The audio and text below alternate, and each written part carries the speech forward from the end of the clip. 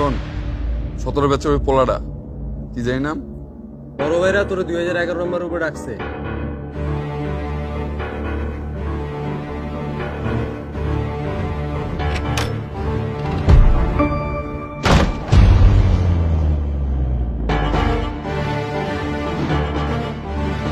তোর জন্য সর্ষে ইলিশ করবো, বন্ধুদের জন্য নিয়ে যাস।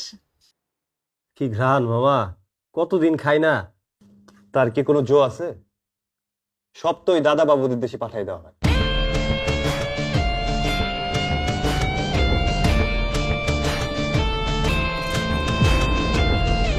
ইলিশ মাছ খাইবা, দাদা হতে অবস্থা ইলিশ মাছ খাইবা। কি অবস্থা?